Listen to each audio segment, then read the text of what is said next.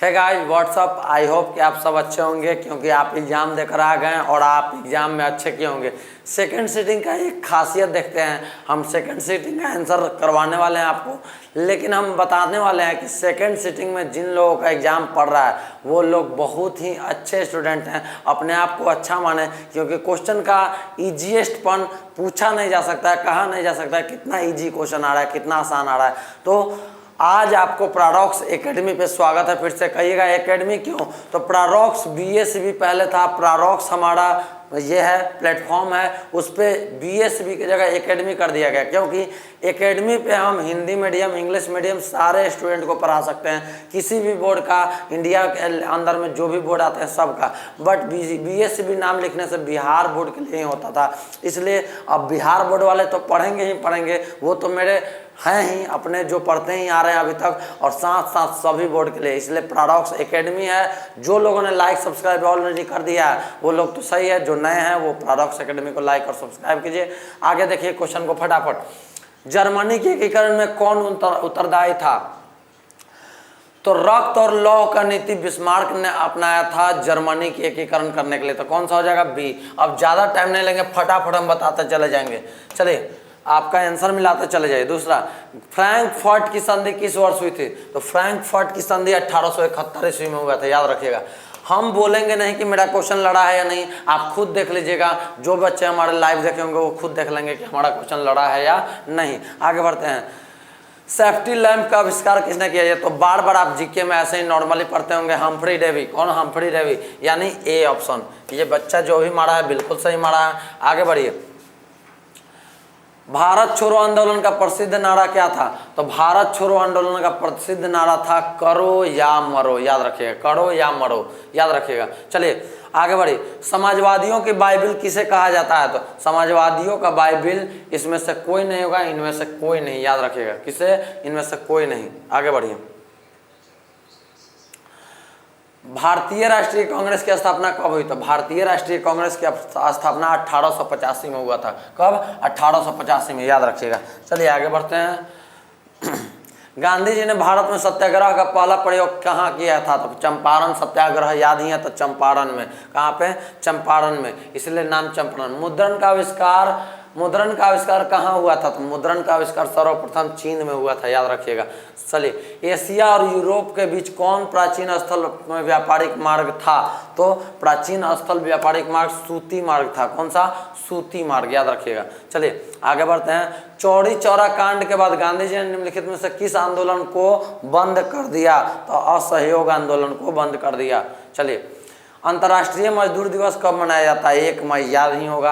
आगे बढ़िए। सारा क्वेश्चन हम बोलेंगे नहीं कि मेरा लड़ा है कि नहीं, आप खुद देखिएगा मेरा क्वेश्चन लड़ा है या नहीं, क्योंकि बोलने का टाइम नहीं है, आंसर मिलाने का टाइम है। वर्तमान में भारत में कितने केंद्र शासित प्रदेश है? तो 8। कितना है? 8। 9 बहुत बच्चे मार रहे होंगे, जो कि गलत है। सूचना का अधिकार संबंधी कानून कब पारित हुआ? 2005 में, याद रखिएगा, 2005 में। किसने कहा था लोकतंत्र जनता का, जनता के द्वारा जनता के लिए शासन है? ये सुबह भी क्वेश्चन आया था, अभी भी आया, अब्राहम लिंकन, याद रखिएगा। आगे बढ़िए, फटाफट मिलाइए। सेट जो भी हो बट क्वेश्चन यही होगा, याद रखिएगा, इसलिए मिलाइए। सेट ए का ऐसे सॉल्यूशन है, बट देख लीजिएगा। पंचायती राज संस्थाओं को संवैधानिक दर्जा किस संविधान संशोधन के द्वारा दिया? 73वां, याद रखिएगा। चलिए, भारत में लोकतंत्र की सफलता में क्या बाधा है? अशिक्षा, गरीबी, बेरोजगार, इनमें से सभी तीनों तो हैं ही बाधा। आगे आइए। संपूर्ण क्रांति का नेतृत्व किसने किया? जयप्रकाश नारायण ने संपूर्ण क्रांति का नेतृत्व किया था। चलिए, बांग्लादेश कब स्वतंत्र हुआ? 1972 में बांग्लादेश ने स्वतंत्र हुआ था। फटाफट, थोड़ा भी रुकना नहीं है, ABC भूखना नहीं है, आंसर मिलाइए, फटाफट देख लीजिए। भारत में किस राज्य में सर्वप्रथम पंचायती राज की शुरुआत हुई थी? राजस्थान, याद रखिएगा। ये सब क्वेश्चन लॉलीपॉप है जो बार बार आपको दिया गया था। निम्नलिखित में से कौन सा केंद्र शासित प्रदेश है? तो कौन सा केंद्र शासित है? चंडीगढ़, याद रखिएगा, चंडीगढ़। संघ सरकार का उदाहरण है अमेरिका, भारत, कनाडा। अमेरिका भी है, भारत और कनाडा भी है, इनमें से सभी हो जाएगा, याद रखिएगा। आगे बढ़ते हैं। भारत का केंद्रीय बैंक कौन है? Reserve bank of India. आगे बढ़े। बहुत ही आसान क्वेश्चन पूछा है। कृषि उत्पादों के लिए मानवीकरण के लिए किस मानक का प्रयोग किया जाता है? एग मार्क का। एग मार्क, देखिएगा, कृषि उत्पादक में एग मार्क का यूज होता है। आगे ये निम्न में कौन प्राथमिक क्षेत्र संबंधित है? कृषि क्षेत्र। सुबह भी पूछा था, अभी भी पूछा है। भारत में राष्ट्रीय आय की गणना कौन करता है? तो केंद्रीय सांख्यिकी संगठन CSO करता है, याद रखिएगा। Central statistics organisation. निम्न में कौन पिछड़ा राज्य है? तो कौन पिछड़ा राज्य है? बिहार। आप जानते हैं पिछड़ा राज्य में बिहार और उत्तर प्रदेश आते हैं। आर्थिक क्रियाओं का क्या उद्देश्य है? तो आर्थिक क्रियाओं का उद्देश्य है जीविकोपार्जन, यानी जीने का सहारा आर्थिक है। आमदनी होगा तभी जी पाइएगा, नहीं तो इस देश में, इस धरती पे मर जाइएगा। भारतीय राष्ट्रीय आय का सर्वप्रथम अनुमान किसने लगाया था? दादा भाई नौरोजी ने सर्वप्रथम अनुमान लगाया था और उन्होंने बताया था प्रति व्यक्ति आय 20 रुपया होता है, याद रखिएगा। आगे, दीर्घकालीन ऋण प्रदान करने वाली संस्था कौन सी है? तो दीर्घकालीन ऋण प्रदान करने वाली संस्था आपका कृषक महाजन, भूमि विकास बैंक, प्राथमिक कृषि साख समिति, इनमें से सभी होगा, इनमें से सभी, याद रखिएगा। आगे बढ़िए फटाफट। उपभोक्ता अधिकार दिवस कब मनाया जाता है? 15 मार्च को उपभोक्ता अधिकार दिवस मनाया जाता है। इस तरह से 30 क्वेश्चन आपके कंप्लीट हुए। तो गाइज आप सब ने देख रहा है, अब हमें नहीं बताने की जरूरत है कि हमारा कितना लड़ा है, देख लीजिएगा फटाफट, आगे आंसर मिलाइए फटाफट, और साथ साथ पैराडॉक्स एकेडमी को लाइक और सब्सक्राइब करना मत भूलिएगा। और शाम 7 बजे आपका लाइव होने वाला है इंग्लिश का, देख लीजिएगा। चलिए फटाफट। पंजाब में भूमि निम्नीकरण का मुख्य कारण क्या है? तो अधिक सिंचाई होने के कारण पंजाब में भूमि का निम्नीकरण होता है। चलिए, सोपानी कृषि प्रचलित है कहाँ पे? बिहार के मैदानी क्षेत्रों में बताए हुए थे। चलिए, भारत में सबसे लंबा बांध हीराकुंड बांध सबसे लंबा बांध है। आगे आइए। किस खनिज को उद्योगों की जननी कहा गया है? बताए थे लोहा को, लोहा ही सबसे ज्यादा। सर्वोत्तम कोयले का प्रकार कौन सा है? सर्वोत्तम में एंथ्रासाइट और सबसे खराब में लिग्नाइट, याद रखिएगा। आगे पूछ दिया तो पूछा ही है। गंडक परियोजना है कहाँ पे? तो वाल्मीकि नगर में है। कहाँ पे है? वाल्मीकि नगर में। आगे बढ़िए। निम्न राज्यों में से किसमें सर्वाधिक वन क्षेत्र है? मध्य प्रदेश। सुबह भी पूछा था, अभी भी पूछा है। आगे, कहलगांव तापीय विद्युत परियोजना कहाँ है? भागलपुर में। कहलगांव भागलपुर में, याद रखिएगा। चलिए, सूखे के लिए उत्तरदायी है वर्षा की कमी। चलिए, बिहार में कौन बाढ़ प्रवण क्षेत्र है? उत्तर बिहार बाढ़ प्रवण क्षेत्र है। भूकंप केंद्र के ऊर्ध्वाधर पृथ्वी पर स्थित केंद्र को कहते हैं अधिकेंद्र। क्या कहते हैं? अधिकेंद्र, याद रखिएगा। सुनामी संबंधित है समुद्र से, समुद्र से ही सुनामी उत्पन्न होता है। मलबे के नीचे दबे लोगों का पता लगाने के लिए किस यंत्र का उपयोग करते हैं? इंफ्रारेड कैमरा का, याद रखिएगा। इंफ्रारेड रेड, तो याद रखिएगा। देख रहे हैं कंटिन्यू क्वेश्चन का आंसर फटाफट बता रहे हैं, मिलाते जाइए, देखते जाइए आप सभी, और लाइक और सब्सक्राइब करना मत भूलिएगा। आगे आइए। निम्नलिखित में कौन प्राकृतिक आपदा है? तो कौन है आपका प्राकृतिक आपदा? तो प्राकृतिक आपदा भूकंप है। आइए, निम्न में कौन खरीफ फसल है? खरीफ फसल धान होता है, रबी फसल गेहूं होता है, याद रखिएगा। ऑपरेशन फ्लड क्या है? तो डेयरी विकास है, दुग्ध डेयरी विकास। तो क्या हो जाएगा? बी, डेयरी विकास।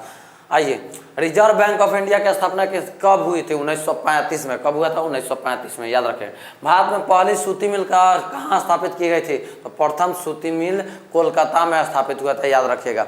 और हाँ, सभी लोगों को बता दें कि लाइक सब्सक्राइब तो जरूर कीजिएगा। साथ साथ आज हम लोग वायरल नहीं करते हैं, बट बहुत लोग वायरल करते हैं क्वेश्चन को। जो लोग वायरल करते हैं उनका क्वेश्चन अगर मेरे पास आता है, हम शूट नहीं देंगे आपको, लेकिन मेरे व्हाट्सअप से जुड़ जाइएगा तो व्हाट्सअप पे वो भेज देंगे। सही है या गलत है आप देखिएगा, बट वो व्हाट्सअप पे आपका चले जाएगा वायरल क्वेश्चन। तो याद रखिए, व्हाट्सअप से फटाफट जुड़ जाइए। नंबर है आपका 8797300879। इससे आप सभी जुड़ जाइएगा तो आपको हो सके कि बेनिफिट मिल जाए, जैसे कि आज सुबह मिला था। चलिए आगे बढ़ते हैं। निम्नलिखित में कौन संचार सेवाओं का अंग है? तो समाचार पत्र, टेलीफोन, टेलीविजन, इनमें से सभी, याद रखिएगा। ये सब आसान क्वेश्चन है। मानवीय पूंजी निर्माण का मुख्य घटक क्या है? स्वास्थ्य सेवा है, आवास है, शिक्षा एवं प्रशिक्षण है। तो इनमें से सभी, याद रखिएगा, इनमें से सभी हो जाएगा। वैश्वीकरण का क्या अर्थ है? वैश्वीकरण का अर्थ देखिए, वैश्वीकरण का अर्थ है विश्व में आपका अर्थव्यवस्था को समन्वय करना, यानी आयात और निर्यात करना। था क्या हो जाएगा आपका? समन्वय, यानी सी, ऑप्शन सी। तो यहाँ पे देखिए, समन्वय यानी कंट्रोल करना, विश्व अर्थव्यवस्था का क्या करना? समन्वय करना, इधर से उधर करना। तो क्या हो जाएगा? सी, अकाउंट का सी। चलिए आगे बढ़ते हैं। अर्थव्यवस्था के किस क्षेत्र से हरित क्रांति संबंधित है? प्राथमिक क्षेत्र से, क्योंकि हरित क्रांति में कृषि क्षेत्र होता है और कृषि क्षेत्र प्राथमिक क्षेत्र से संबंधित है। निम्नलिखित में से कौन सा संस्थान भारत में मुद्रा जारी करने के लिए अधिकृत है? रिजर्व बैंक ऑफ इंडिया मुद्रा जारी करने के लिए अधिकृत है। बिहार राज्य है कृषि प्रधान, सुबह भी पूछा था, अभी भी पूछा है, बहुत सारा क्वेश्चन। निम्नलिखित में कौन हमारे रहन सहन के स्तर को प्रभावित करता है?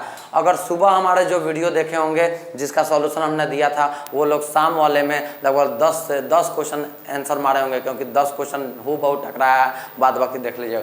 निम्नलिखित में कौन हमारे रहन सहन के स्तर को प्रभावित करता है? तो देखिए, राजकीय है, राष्ट्रीय है, प्रति व्यक्ति है। हमारा प्रति व्यक्ति है कितना है? अगर मेरा है 5 रुपया तो हम अपने पर खर्चा कितना करेंगे? 5 रुपया। तो रहन सहन को कौन देखेगा? प्रति व्यक्ति है। इतना आसान क्वेश्चन पूछा हुआ है और हमारा सारा गेसिंग क्वेश्चन टकराया है, हमें बोलने की जरूरत नहीं। जो भी बच्चे अभी देख रहे होंगे वो बच्चे जाकर देख लीजिएगा हमारे लाइव सेशन को, उससे बहुत सारे क्वेश्चन टकराए हैं जिससे आप बना सकते हैं, सुबह वाले में भी और शाम वाले में भी। आइए, बिहार में कितने जिले हैं? इससे हल्का सवाल कोई हो सकता है, 38 जिले हैं। चलिए, बिहार में प्राय कैसी मिट्टी पाई जाती है? तो जलोढ़ मिट्टी। कैसी? जलोढ़ मिट्टी, याद करिएगा। आयुर्वेद का जनक किन्हें कहा जाता है? तो देखिए, पतंजलि नहीं, चरक नहीं, सुश्रुत नहीं, धन्वंतरी को कहा जाता है। किसको? धन्वंतरी को। कोई ऑप्शन नहीं, तो इनमें से कोई नहीं। चलिए आगे आइए। बिहार में कितने प्रतिशत क्षेत्र में वन है? तो 7.1 होना चाहिए, लेकिन 7 दिया है, तो डी मारिएगा। चलिए आगे आइए। निम्न में से कौन लौह युक्त खनिज का एग्जाम उदाहरण है? बॉक्साइट एल्युमिनियम का है, अवड़क आपका कार्बन का है, चूना पत्थर होगा नहीं, सीमेंट का है, तो ये मैग्नेटाइट, ए मैग्नेटाइट होगा। सबसे घटिया कोयला बताए थे, सबसे अच्छा कोयला एंथ्रासाइट और सबसे घटिया कोयला लिग्नाइट, तो लिग्नाइट होगा। चलिए, निम्न में से कौन रोपण फसल नहीं है? रोपण फसल आपका धान नहीं है, नहीं तो रबर रोपा जाता है, गन्ना रोपा जाता है, चाय रोपा जाता है, याद रखिएगा। धान नहीं है, याद रखिएगा। भारत की प्रमुख खाद्यान्न फसल कौन सा है? तो खाद्यान्न फसल सबसे ज़्यादा है धान, याद रखिएगा, डी धान। बिहार में कितना प्रतिशत कृषि क्षेत्र है? 50% से अधिक कृषि क्षेत्र है, यानी 60% आपका ऑप्शन सही होना चाहिए, यानी 50% से अधिक 60%, बी। चलिए, बिहार में रज्जू मार्ग कहाँ है? तो रज्जू मार्ग राजगीर में है। कहाँ है? नालंदा जिला, राजगीर में, याद रखिएगा। चलिए, सासाराम नगर का विकास कब हुआ था? मध्य युग में सासाराम नगर का विकास हुआ था, क्योंकि उस समय क्या हुआ था? शेर शाह सूरी आए थे, याद रखिएगा। गोविंद सागर कृत्रिम जलाशय संबंधित है? तो गोविंद सागर कृत्रिम जलाशय भाखड़ा नांगल बांध परियोजना से संबंधित है, क्योंकि वहीं पे गोविंद सागर कृत्रिम झील है। सर्वाधिक भूस्खलन प्रवण राज्य है? तो सर्वाधिक भूस्खलन प्रवण राज्य आपका है उत्तराखंड। क्या है? उत्तराखंड, याद रखिएगा। बिहार का कौन सा भाग सर्वाधिक सूखा प्रवण है? उत्तर बिहार। 2 बार क्वेश्चन रिपीट कर दिया। अब इससे भी आसान होगा, सुबह वाला क्वेश्चन 10 आपको दे दिया, इससे भी आसान होगा। चलिए आगे बढ़ते हैं। 1871 में कौन सी संधि हुई? इससे पहले आपको पूछा था कि फ्रैंकफर्ट की संधि कब हुई थी? फ्रैंकफर्ट की संधि 1871 में हुई। अभी पूछ दिया कि 1871 में कौन सी संधि हुई? तो फ्रैंकफर्ट की संधि हुई। अब बताइए, दोनों क्वेश्चन कोलैप्स कर गए, दोनों सेम ही है। इस तरह से 70 क्वेश्चन समाप्त हुए। आई एम सॉरी बच्चों कि मेरे पास 80 क्वेश्चन नहीं है। हमारे पास जिन लोगों ने हमें PDF सेंड किया है, उन लोगों ने 70 क्वेश्चन का ही फोटो खींच कर भेजा है, तो इसके लिए वेरी वेरी सॉरी। आप सभी 10 क्वेश्चन का आंसर अगर आपको नहीं पता होगा, मेरे व्हाट्सअप से जुड़ जाइए। WhatsApp number 8797300879। इतने आसान नंबर से जुड़ जाइए आप, और वहाँ से आप देख सकते हैं किसको, आप 10 क्वेश्चन का जो आंसर नहीं मिलेगा उसको देख सकते हैं, और साथ साथ अगर वायरल हुआ, हमारे थ्रू नहीं किसी और के थ्रू अगर मेरे पास आया, तो आपको व्हाट्सएप पे सेंड कर दिया जाएगा, जैसे कि आज सुबह किया गया। तो याद रखिएगा, और 7 बजे लाइव आइएगा। चलिए, थैंक यू सो मच, मिलते हैं नेक्स्ट वीडियो में। Okay, bye bye, see you again.